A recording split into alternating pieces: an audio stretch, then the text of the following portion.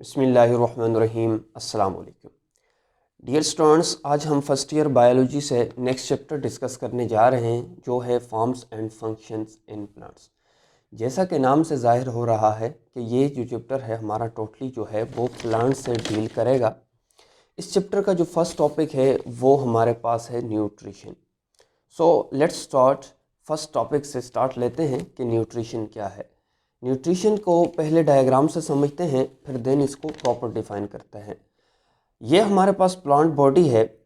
Plant body अपनी जो nutrition है, जो न्यूट्रिएंट्स हैं, वो कहाँ से लेती है? वो सॉइल से लेती है या मिट्टी से लेती है। फॉर एग्जांपल ये न्यूट्रिएंट्स है, मैग्नीशियम है, कैल्शियम है, पोटाशियम है, फास्फोरस है, सल्फ़र है, एक्सेट्रा है।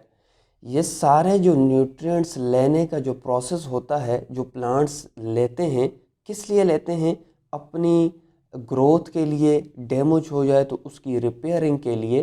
तो इस प्रोसेस को असल में न्यूट्रिशन कहते हैं। अब क्वेश्चन ये है कि ये न्यूट्रिएंट्स जो ये प्लांट बॉडी लेती है तो क्यों लेती है?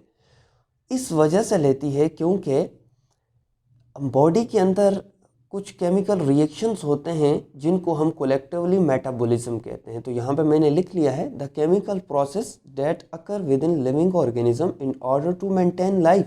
लाइफ को मेंटेन करने के लिए बॉडी के अंदर केमिकल प्रोसेसेस होते हैं जिन्हें हम मेटाबॉलिज्म कहते हैं। तो न्यूट्रिएंट्स इसलिए चाहिए होते हैं ताकि ये मेटाबॉलिज्म करे, या कि इसकी बॉडी के अंदर रिएक्शंस हों और ये ग्रोथ भी कर सके और अपनी लाइफ को मेंटेन कर सके। अब इन्हीं पॉइंट्स को मैंने यहाँ पे लिख भी दिया है, आप अपने पास नोट भी कर सकते हैं। न्यूट्रिशन क्या है? The process of providing or obtaining food. ये जो कौन सा प्रोसेस है जिसमें ऑब्टेनिंग फूड का है, जिसमें नेसेसरी फॉर ग्रोथ है, हेल्थ एंड ग्रोथ के लिए नेसेसरी हो।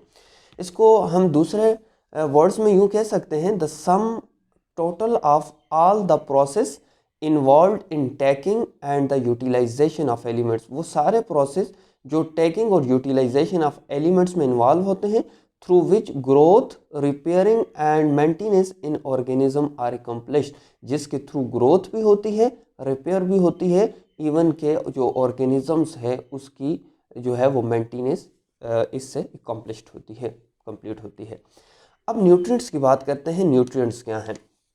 ये जो सारे कंपोनेंट्स हैं फूड के, जो प्लांट बॉडी को ज़रूरत होते हैं या इवन के एनिमल्स को भी ज़रूरत हैं, तो इन कंपोनेंट्स को, इन सब्सटेंसेस को, इन फूड्स को हम सिंपली कह सकते हैं ये न्यूट्रिएंट हैं। तो अब इनको प्रॉपर डिफाइन करते हैं। न्यूट्रिएंट्स क्या है?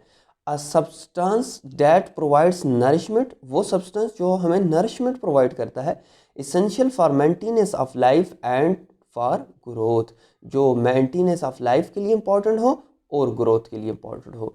अब न्यूट्रिएंट को दूसरी वर्डिंग में आप यूं भी डिफाइन कर सकते हैं, न्यूट्रिएंट इज अ फूड और एनी सब्सटेंस। ये फूड भी हो सकता है, ये कोई भी सब्सटेंस हो सकता है, that supplies element to the body.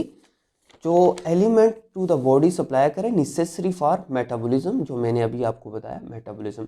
अब कुछ एग्जांपल्स डिस्कस करते हैं। Proteins, carbohydrates, lipids, minerals and vitamins, ये कुछ एग्जांपल्स हैं। अब जो न्यूट्रिएंट्स हैं इनकी कुछ बेसिक टाइप्स हैं जिनमें टू मेन टाइप्स आती हैं। एक को मैक्रो न्यूट्रिएंट्स कहते हैं, एक को माइक्रो न्यूट्रिएंट्स कहते हैं। अब ये जो मैक्रो न्यूट्रिएंट्स हैं, ये माइक्रो न्यूट्रिएंट्स हैं, ये जो दो कैटेगरीज हैं, ये किस बेस पे हुई? तो यहाँ पे मैंने पॉइंट लिख लिया है, depending upon the amount of each nutrients mineral nutrients are divided into two groups. एक ग्रुप को हमने मैक्रो न्यूट्रिएंट्स और दूसरे ग्रुप को माइक्रो न्यूट्रिएंट्स। यहाँ पे अगर मैं सिंपली आपको ये बात कहूँ कि जिन न्यूट्रिएंट्स की अमाउंट पर डे ज़्यादा चाहिए, फॉर एग्जांपल 100 मिलीग्राम, तो उसको हम कहेंगे मैक्रो न्यूट्रिएंट्स। और जिन न्यूट्रिएंट्स की अमाउंट हमें less than 20 milligram per day चाहिए, तो उसको हम माइक्रो न्यूट्रिएंट्स कहते हैं। तो इन दोनों में सिर्फ अमाउंट की बेस पे डिफरेंस है। अब पहले हम ऐसा करते हैं, माइक्रो न्यूट्रिएंट्स को डिस्कस करेंगे, फिर उसके बाद हम माइक्रो न्यूट्रिएंट्स की तरफ जाएंगे और उसकी जो फर्दर टाइप्स हैं उनको डिस्कस करेंगे। अभी हम डिस्कस करते हैं मैक्रो न्यूट्रिएंट्स क्या हैं।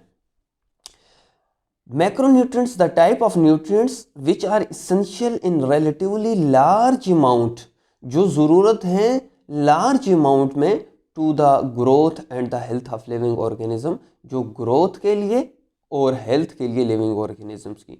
अब फिर आपका क्वेश्चन ये तो होगा कि सर कितनी अमाउंट चाहिए, तो उस क्वेश्चन का आंसर मैंने यूं लिख लिया है, macronutrients are recommended in amount more than 100 milligram per day. अगर ऐसे न्यूट्रिएंट्स जिनकी हमें डेली बेस पर 100 मिलीग्राम से ज़्यादा उसकी अमाउंट चाहिए, तो उसको हम क्या कहते हैं, मैक्रोन्यूट्रिएंट्स कहते हैं। अब मैक्रोन्यूट्रिएंट्स को भी फर्दर टू मेन कैटेगरीज में डिवाइड कर चुके हैं। एक को प्राइमरी न्यूट्रिएंट्स कहते हैं और एक को सेकेंडरी न्यूट्रिएंट्स कहते हैं। अब बात करते हैं प्राइमरी न्यूट्रिएंट्स क्या है। प्राइमरी न्यूट्रिएंट्स और यहाँ पे सेकेंडरी मैक्रोन्यूट्रिएंट्स में मेन डिफरेंस आपको ये बता दूं कि प्राइमरी मैक्रोन्यूट्रिएंट्स वो न्यूट्रिएंट्स होंगे जिनकी ज़्यादा अमाउंट चाहिए, और सेकेंडरी मैक्रोन्यूट्रिएंट्स वो होंगे जिनकी कम या मॉडरेट नॉर्मल अमाउंट चाहिए, तो उसको हम क्या कहेंगे, सेकेंडरी मैक्रोन्यूट्रिएंट्स। सो प्राइमरी कौन सा है, it is type of macronutrients which is required in large amount for the growth and survival of organism, जिसकी एग्जांपल नाइट्रोजन N से रिप्रेजेंट करते हैं, फास्फोरस P से और पोटेशियम K से। जो सेकेंडरी मैक्रोन्यूट्रिएंट्स हैं इसको हम यूं डिफाइन कर सकते हैं, it is type of macronutrients which are required in less or moderate amount for growth and survival of organism. जो लेस आर मॉडरेट अमाउंट में चाहिए तो उसको हम सेकेंडरी मैक्रोन्यूट्रिएंट्स कहते हैं। फॉर एग्जांपल्स में कैल्शियम है, Ca से रिप्रेजेंट करते हैं, मैग्नीशियम Mg और सल्फर हमारे पास S है। अब इसकी एग्जांपल्स देखते हैं कि मैक्रोन्यूट्रिएंट्स की कौन सी एग्जांपल्स हैं, किस फॉर्म में ये यूज़ होता है और हम प्लांट बॉडी में क्या क्या फंक्शन परफॉर्म करता है। तो सबसे पहले कार्बन जो है वो मैक्रोन्यूट्रिएंट्स है, जो कार्बन डाइऑक्साइड की फॉर्म में used in form of carbon dioxide, और फंक्शन क्या है, component of organic compound. Hydrogen की बात करें तो वाटर की फॉर्म में, H2O की फॉर्म में, और कंपोनेंट ऑफ ऑर्गेनिक कंपाउंड्स। आपको पता है हाइड्रोजन और कार्बन मेन बेसिक कंपोनेंट्स हैं ऑर्गेनिक कंपाउंड्स के। इसके अलावा नाइट्रोजन NO3 यानी नाइट्रेट आयन और अमोनियम आयन की फॉर्म में यूज़ होता है, जो amino acid, protein, nucleotides, nucleic acid, chlorophyll और कोएंजाइम्स बनाने में इंपॉर्टेंट रोल प्ले करता है। इसके अलावा नेक्स्ट मैक्रोन्यूट्रिएंट्स हैं वो पोटाशियम है, जो पोटाशियम आयन की फॉर्म में यूज़ होता है, जो enzymes, amino acid and protein synthesis में हेल्पफुल होता है। इसके अलावा एक्टिवेटर ऑफ मेनी एंजाइम्स को एक्टिवेट करने में, और opening and closing of stomata. इंशाल्लाह हम नेक्स्ट इसी चैप्टर के नेक्स्ट टॉपिक्स में देखेंगे कि कैसे ओपनिंग और क्लोजिंग में ये हेल्पफुल होता है। कैल्शियम की बात करें तो कैल्शियम ऑफ सेल वॉल, जो कैल्शियम है वो सेल वॉल बनाने में इंपॉर्टेंट रोल है। एंजाइम्स कोफैक्टर और सेल परमिएबिलिटी में इसका इंपॉर्टेंट रोल है।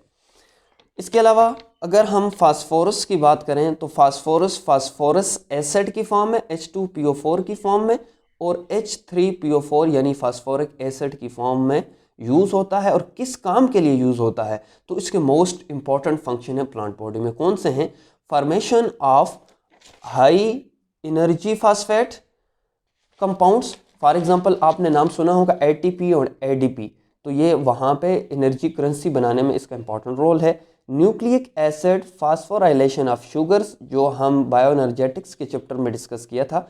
सेवरल एसेंशियल एंजाइम्स बनाने में इसका इंपॉर्टेंट रोल है, और फास्फोलिपिड्स बनाने में इसका इंपॉर्टेंट रोल है।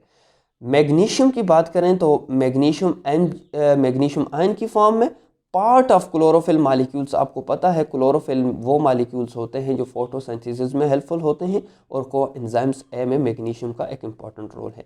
इसके बाद सल्फर की बात करें तो सम अमाइनो एसिड्स एंड प्रोटीन्स और कोएंजाइम में इसका इंपॉर्टेंट रोल है। ये तो कुछ पॉइंट्स थे मैक्रो न्यूट्रिएंट्स के बारे में। अब डिस्कस करते हैं माइक्रो न्यूट्रिएंट्स क्या हैं। जैसा कि मैंने शुरू में आपको बताया कि माइक्रो न्यूट्रिएंट्स वो न्यूट्रिएंट्स हैं जिनकी अमाउंट हमें डेली 20 मिलीग्राम से लेस चाहिए। तो अब यहाँ पे मैंने परसेंटेज भी लिख दी है। तो micro nutrients are those elements which are required small amount for plant growth. तो ये आपने दोनों में डिफरेंस याद रखना है ताकि आपके माइंड में रहे।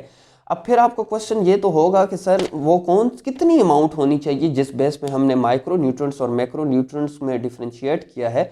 तो मैंने यहाँ पे मेंशन कर दिया है, micro nutrients are recommended in amount less than 20 milligram per day. Clear है, 20 मिलीग्राम से कम हो। अच्छा, यहाँ पे आपने एमसीक्यूज़ के लिए याद रखना है, जो माइक्रो न्यूट्रिएंट्स हैं इसको हम समटाइम माइनर एलिमेंट्स और ट्रेस एलिमेंट्स भी कहते हैं। माइनर हमेशा हम थोड़ी चीज़ को कहते हैं। अब ये माइक्रो न्यूट्रिएंट्स आते कहाँ से हैं, तो मैंने कुछ पॉइंट्स यहाँ पे लिख लिया है कि recycling organic matter such as grass clipping, cut grass that left behind and tree leaves is an excellent way of providing micronutrients to growing plant। तो इसका ये मतलब है कि जो प्लांट ग्रो कर रहे होते हैं तो वहाँ पे जो पुरानी घास भूस जो बच जाती है, जब काटी जाती है घास तो वहाँ से कट जाती है, तो वहाँ पे जो गंद पड़ा रहता है, इसके अलावा वहाँ उस जगह पे जो लीव्स जो गल सड़ जाते हैं, तो वो हमारे पास बेहतरीन सोर्स है माइक्रो न्यूट्रिएंट्स के।